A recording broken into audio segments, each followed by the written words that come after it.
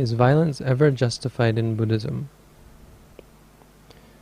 Yes, I think it is justified in certain cases. First, it's justified in self-defense, to an extent, to a limited degree. If someone is threatening your life, then you might do violence to them to stop them, without the intention to hurt them, the intention to stop what they're doing. I would say this is not a harmful act. It's actually a beneficial act to put a stop. If it's in certain cases possible to stop someone without doing violence to without intending to bring harm to them, but simply to stop them. So, example, you might knock them out, for example. Suppose someone is attacking you or attacking someone else, so you hit them over the head and knock them out. You could say that's violent, no? But it wasn't a bad thing for them to do that, for you to do that. Putting people in jail might be seen as a violent act, but you might think, well, in certain cases it's beneficial, both to them and to other people, to put them in jail.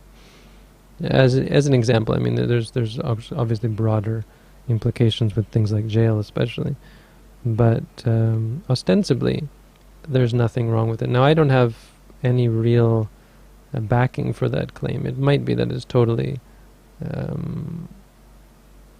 a false claim, but the backing that we have is that monks are allowed to hit someone in self-defense.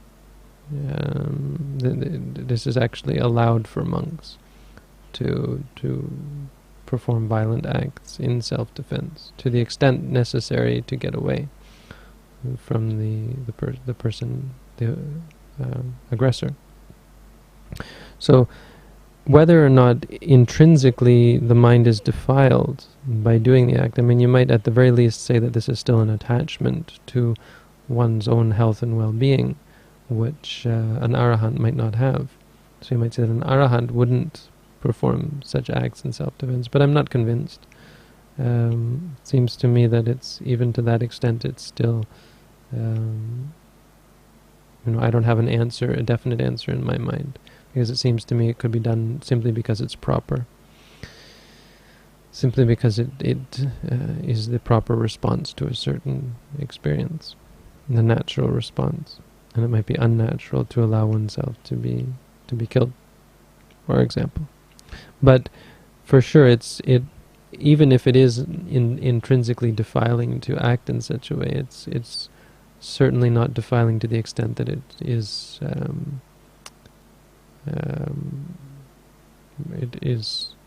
rejected in Buddhism or forbidden.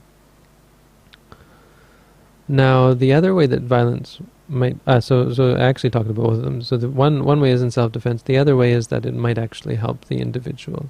Now, as I said, I don't have a doctrinal backing for this exactly, and it's a bit sketchy, but it seems to me that if you can be sure, or if you're clear in the mind that it's either in self-defense or for the benefit of the person to whom you're doing violence, then I think there is room for the view that it is justified.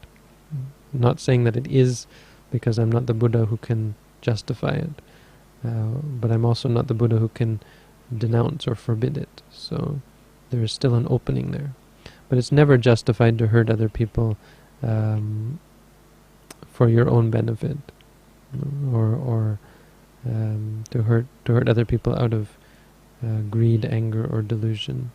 To hurt other people outside of these two reasons, to actually harm someone, to actually do something to make their life less